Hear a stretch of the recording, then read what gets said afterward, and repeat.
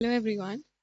पिछले वीडियो में हमने कवर कर लिया थे हमारे क्लासिफिकेशन ऑफ एंटरप्रेन्योर्स, जिसमें हमने पूरा इंस्टीट्यूशनल एंटरप्रेन्योर्स कवर कर लिया था। आज हम विमेन एंटरप्रेन्योर स्टार्ट करने जा रहे हैं।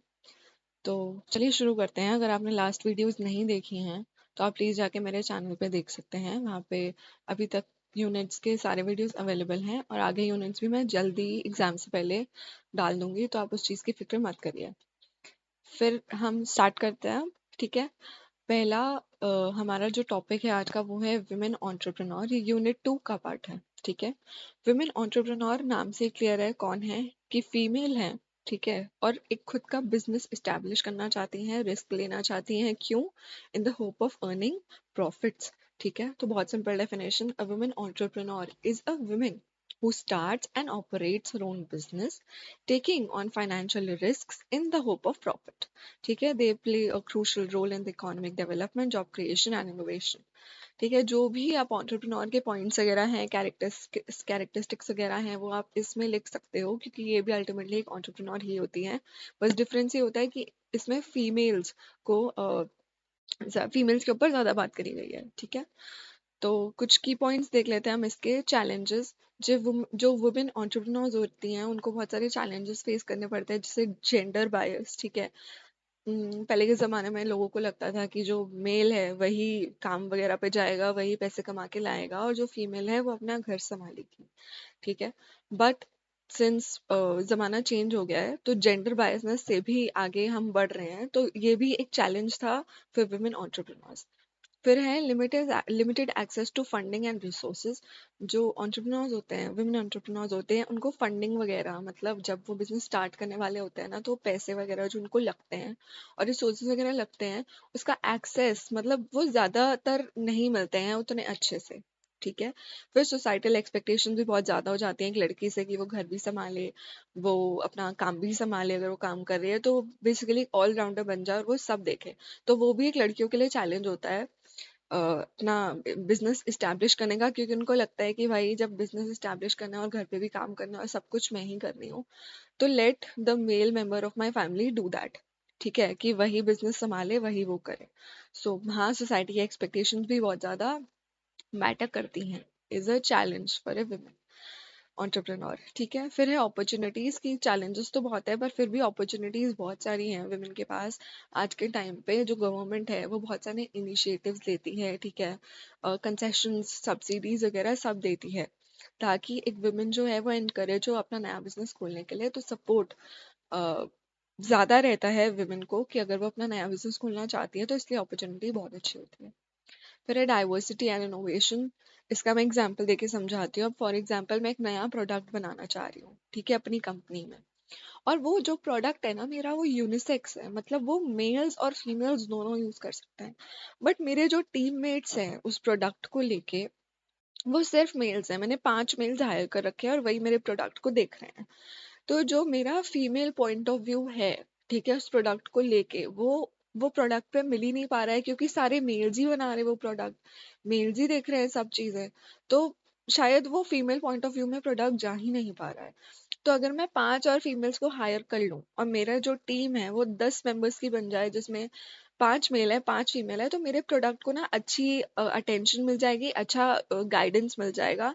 हाँ, मैं उसको बहुत ही अच्छे और बेहतर तरीके से बना पाऊंगी, क्योंकि मेल और फीमेल दोनों के व्यू पॉइंट्स आ रहे हैं उस प्रोडक्ट में, कि अगर हम मार्केट में जाएंगे वो प्रोडक्ट बेचेंगे तो मेल्स कैसे यूज करेंगे, फीमेल्स कैसे यूज करेंगे, क्या क्या फायदे हो सकते हैं।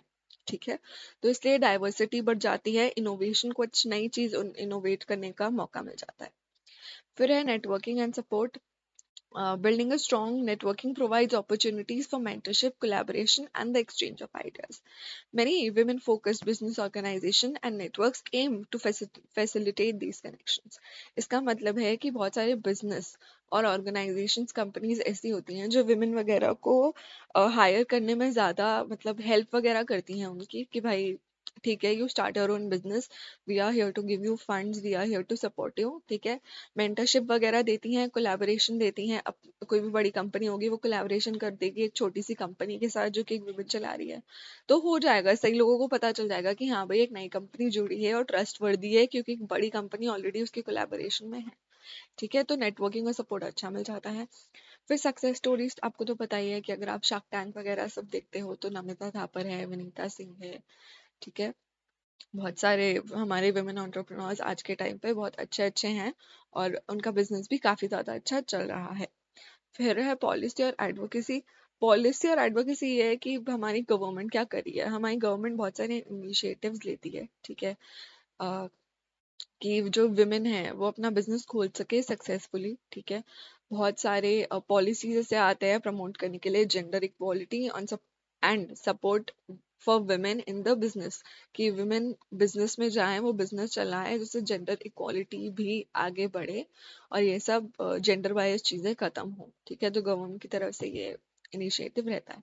फिर एजुकेशन एंड ट्रेनिंग, ठीक है, बहुत लड़कियों को, बहुत विमेन को एजुकेशन और ट्रेनिंग प्रोवाइड करी जाती है कि वो अपना बिजनेस जब स्टार्ट करें तो कैसे करें, क्या क्या चीजें चाहिए होती है, क्या क्या स्किल्स चाहिए होता है, क्या क्या नॉलेज चाहिए होती है, वो सब, ठीक है। तो एजुकेशन एंड ट्रेनिंग भी मिलती है। फिर ग्लोबल इम्पैक्ट ये है कि फॉर एग्जाम्पल मैं कंपनी खोल रही हूँ, ठीक है। फॉर एग्जाम्पल आजकल लड़कियों के ट्रेंड में क्या, मतलब एक्सेसरीज बहुत चल रही है, ठीक है, bracelets, chains, earrings, rings, what not, ठीक है। तो मैंने फॉर एग्जांपल वो बिजनेस खोल लिया अपनी सोसाइटी में, मैं फेमस हो गई लोकेलिटी में कि हाँ भाई चलो इस लड़की ने बिजनेस खोला है तो हम इसके पास जाके देखते हैं कि ये नया सामान मतलब कैसे बेचती है, क्या प्रोडक्ट्स है, क्या नहीं है, और मार्केट के ट्रेंड के हिसाब से कैसे चल रहे हैं, ठीक है। तो मेरा प्रोडक्ट पहले लोकली एक्सपैंड हुआ, फिर धीरे धीरे धीरे धीरे जब कस्टमर्स को पता चलता गया तो मेरा प्रोडक्ट स्टेट लेवल में फेमस हो गया, ठीक, कि एक पर्टिकुलर रीजन में फेमस हो रहा है, ठीक है। फिर और एक्सपैंड होते गया और एक्सपैंड होता गया, फिर अब वो पूरी कंट्री को पता है, ठीक है। तो ये और कंट्री से फिर इंटरनेशनली भी जा सकता है, तो एक पूरे ग्लोबल इम्पैक्ट पड़ जाता है, ठीक है। सिर्फ लोकली नहीं रहता हमारा वुमेन एंटरप्रेन्योर ठीक है। फिर हम आते हैं सपोर्ट फॉर वुमेन एंटरप्रेन्योर्स। अभी हमने पढ़ा था कि गवर्नमेंट इनिशिएटिव्स बहुत अच्छे होते हैं, जैसे कि ग्रांट्स और सब्सिडीज वगैरह मिलती हैं, और स्किल डेवलपमेंट इनिशिएटिव्स होते हैं कि ये सब, ठीक है। तो बेसिकली वो सब्सिडीज वगैरह देते हैं अब विमेन को कि वो अपना नया बिजनेस स्टार्ट कर सके, लोन्स वगैरह देते हैं।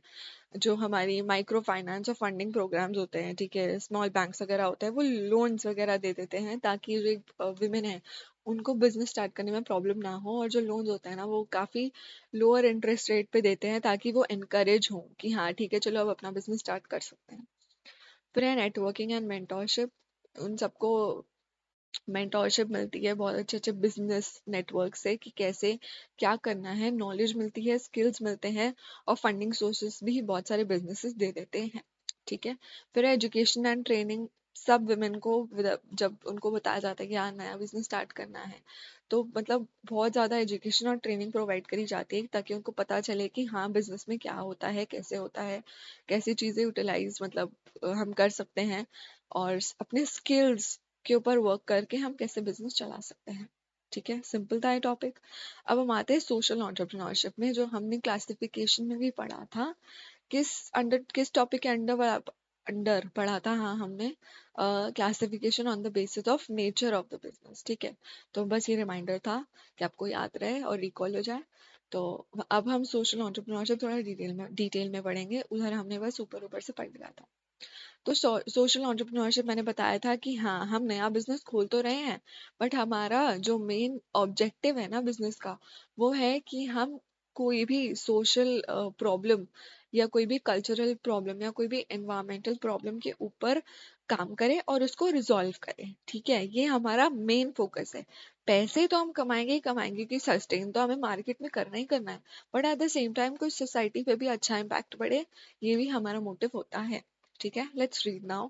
Social entrepreneurship refers to the practice of identifying and addressing social, cultural or environmental issues through innovative business solutions.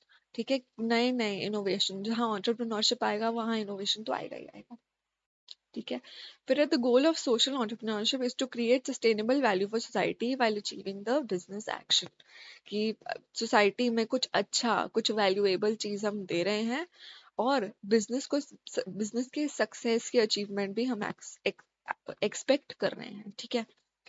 फिर एक की कैरेक्टरिस्टिक्स क्या है, मिशन ड्रिवन है कि हमारा एक मिशन होता है, सिर्फ फाइनेंशियल प्रॉफिट नहीं होता, फाइनेंशियल प्रॉफिट भी एक मिशन होता है, ठीक है, हम कमा भी सकते हैं, वो कंपनी के ऊपर डिपेंड करता है कि वो क्या कर रही है, बट ऐसा नहीं है कि भाई कुछ नहीं कमाना, एनजीओ चलाओ, ये NGO is a part of social entrepreneurship, but ऐसा नहीं होता कि भाई सबको कंपलसरी होता है कि नहीं भाई तुम अगर सोशल एंटरप्रेन्योर हो तो तुम सिर्फ अपना क्या बोलते हैं पैसे कमाओ, और सॉरी, कि तुम सिर्फ पैसे कमाने पे ध्यान मत दो, तुम क्या करो, तुम बस समाज सेवा करो, नहीं, तो एक मिशन होता है कि हाँ समाज सेवा करनी है, बट ऐसा नहीं होता कि बिल्कुल ही हम पैसों को भी छोड़ दें, ठीक है, थोड़ा सा हमें फाइनेंशियली स्टेबल रहना पड़ेगा, अपनी मार्केट में चलना पड़ेगा, तो we have to do something to keep our company going on, ठीक है, तो मिशन होता है एक, क्या मिशन होता है कि हम सोसाइटी को कुछ अच्छा दें, कुछ इम्पैक्टफुल दें, उनका वेलफेयर करें, ठीक है, कोई भी प्रॉब्लम्स हो सकती हैं, पोवर्टी हो सकती है, एजुकेशन इनक्वालिटी हो सकती है, जेंडर बायसनेस हो सकती है, इन्वायरमेंटल डिग्रेडेशन हो सकता है, access to health care and education हो सकता है, ठीक है, तो कोई भी एक सोसाइटी का मिशन, वो मिशन ड्रिवन है हमारा सोशल एंटरप्रेन्योरशिप।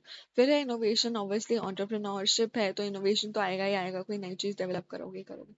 फिर है सस्टेनेबिलिटी, वही मैंने जो बताया कि ठीक है हमारा प्राइमरी गोल जो है वो सोशल सोसाइटी को इम्पैक्ट करना है, but at the same time social entrepreneurs also emphasises the importance of financial stability, कि भाई हमारी जो कंपनी है वो मार्केट में स्टेबल रहे, हम लॉस में ना चले जाए, हमारी कंपनी बंद ना हो जाए, ठीक है, तो सोसाइटी में लॉन्ग लास्टिंग इम्पैक्ट तो है ही है, but at the same time पूरा मतलब डोनेशंस वगैरह और एक्सटर्नल फंडिंग पे डिपेंडेंट रहना एक सेफर पॉइंट, एक सेफर साइड नहीं है अगर आप सोशल एंटरप्रेन्योर हो, ठीक है।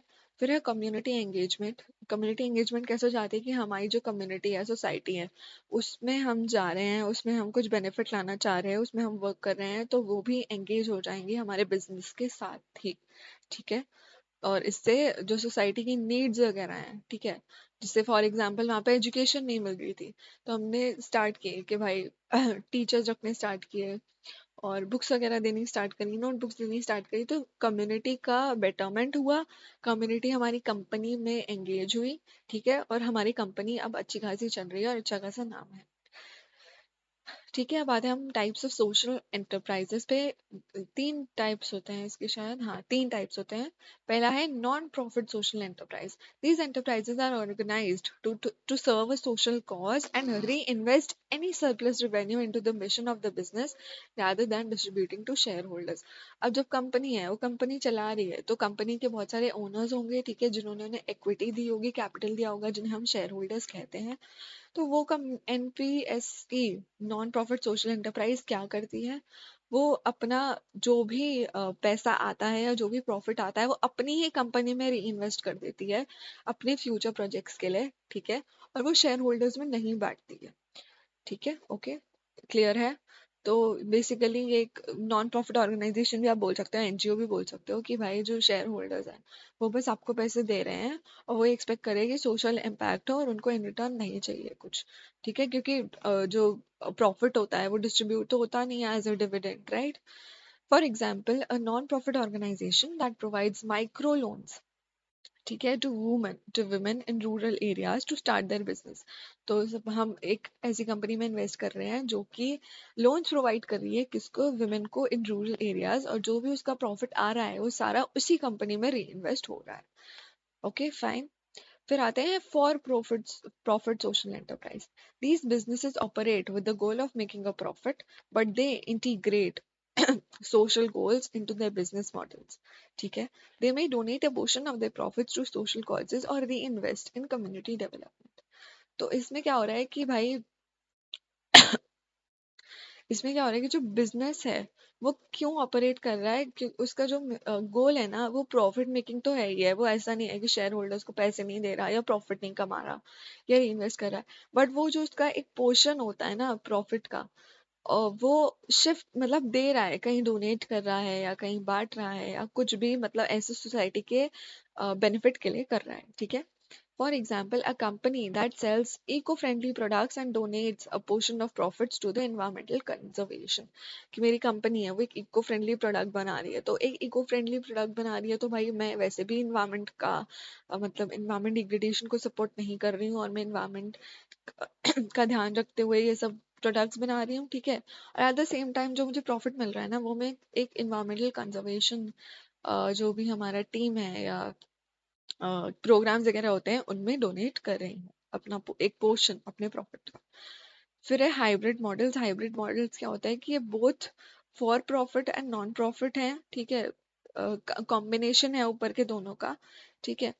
तो इनका एम क्या होता है, they aim to generate income की प्रॉफिट कमाए while addressing social and environmental issues, ठीक है। For example, a business that provides educational services to under privilege children and operates as a profit for as a for-profit company but supports low-cost access to education and for disadvantaged community। कि ठीक है मैं चीजें तो दे रही हूँ but मैं बहुत ही अफोर्डेबल दाम में दे रही हूँ ताकि मैं कम्युनिटी की हेल्प भी करूँ और जब एजुकेशन वगैरह बच्चे फॉर एग्जाम्पल यहाँ पे हमारी लोकेलिटी में 3-4 ट्यूशन कोचिंग सेंटर्स हैं, ठीक है, या ट्यूशन है। वो पर सब्जेक्ट के 1000 ले रहे हैं बट मैंने एक अपना कोचिंग सेंटर खोला, मैं उसी सेम सब्जेक्ट और सेम क्वालिटी ऑफ एजुकेशन मैं उसके 500 ले रही हूँ। अब मेरा एम क्या है कि चलो कोई बात नहीं, थोड़े पैसे कम आ जाए मेरे पास, थोड़ा प्रॉफिट कम हो। प्रॉफिट कमा रही हूँ बट प्रॉफिट कम हो तो चलेगा, क्यों? क्योंकि मैं सोसाइटी को इम्पैक्ट कर रही हूँ इस वे में कि मैं जो भी बच्चे अफोर्ड नहीं कर पा रहे हैं वो वाली मतलब महंगी वाली कोचिंग सेंटर या ट्यूशंस, तो उनको मैं पढ़ा रही हूँ, उनका भी डेवलपमेंट हो रहा है, उनको भी लिटरेसी मिल रही है, उनको एजुकेशन में प्रोवाइड कर रही हूँ। तो ये दोनों का फायदा है, ठीक है। तो ऐसा इसको बोलेंगे हाइब्रिड मॉडल। फिर की चैलेंजेस क्या है, सोशल एंटरप्रेन्योर्स के क्या क्या चैलेंजेस फेस करने पड़ते हैं। पहला तो है फंडिंग और सस्टेनेबिलिटी, कि ठीक है आपका एनजीओ वगैरह है तो बहुत लोग क्या करते हैं वो नहीं कर पाते फंडिंग, कि भाई हमें तो कोई प्रॉफिट मिल नहीं रहा, तो फंडिंग की बहुत बड़ी प्रॉब्लम आ जाती है, ठीक है। और फाइनेंशियल रिटर्न्स वगैरह जो है बहुत स्लो होते हैं ऐसी कंपनीज में।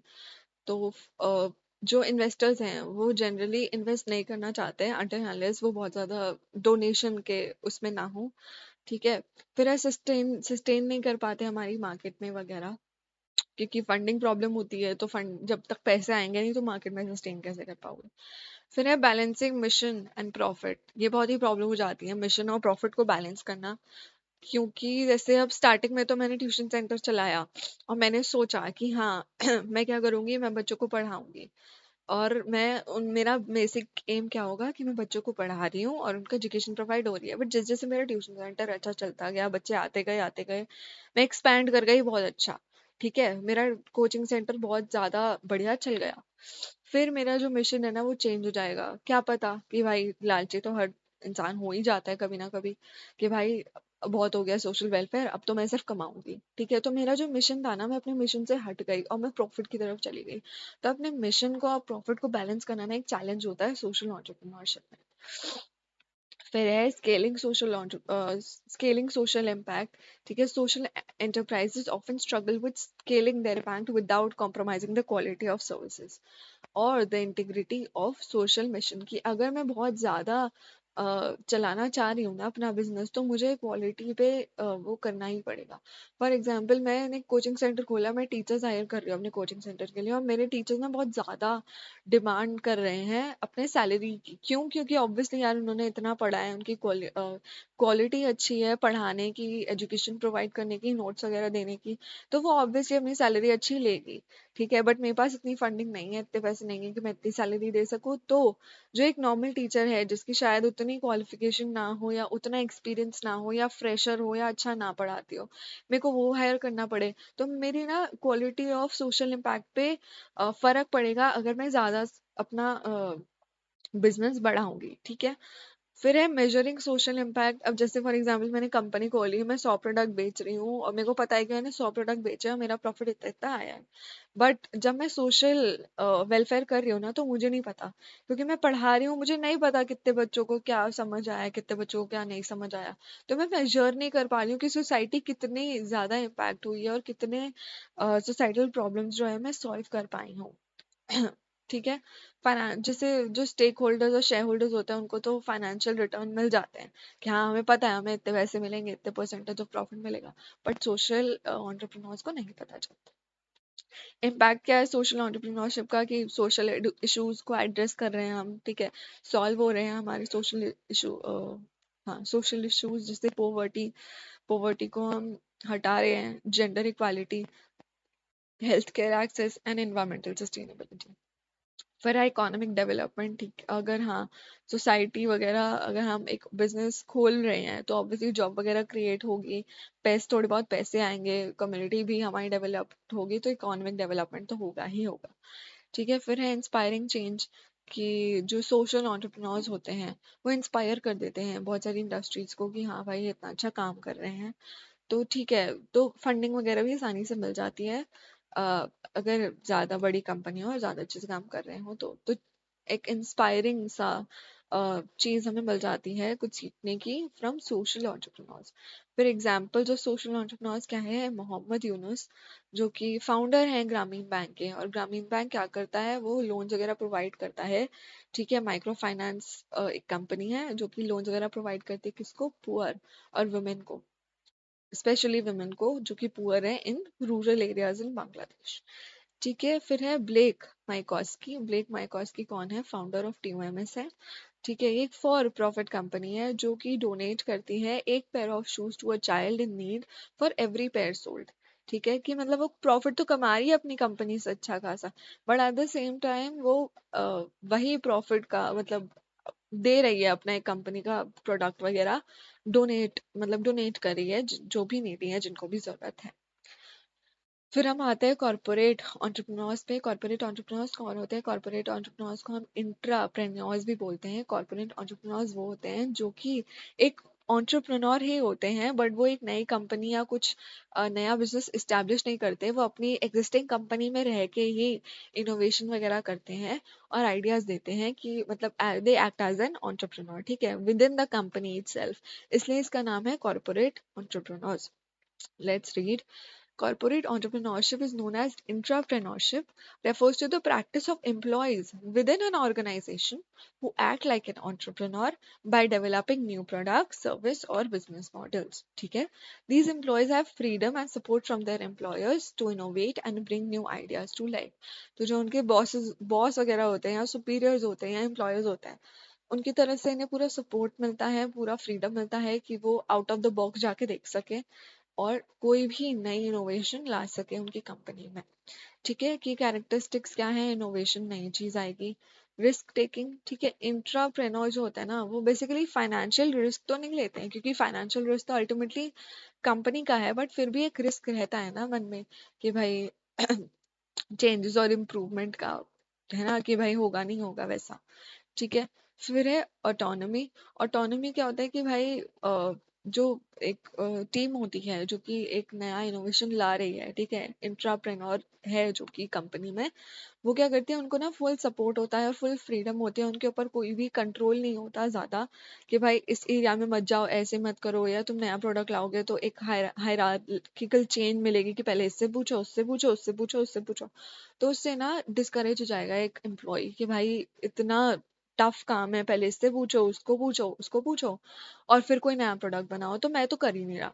तो ऐसा नहीं होता, बहुत ही सिंपल वे होता है कि ठीक है, न्यू आइडियाज लाओ, न्यू एक्सपेरिमेंट करो, और ज्यादा मैनेजेरियल कंट्रोल नहीं होता। होता है क्योंकि भाई कंपनी में एम्प्लॉय हैं, बिल्कुल ही मतलब बिल्कुल ही छूट नहीं दे सकते कि ठीक है जो आप करो वही सही।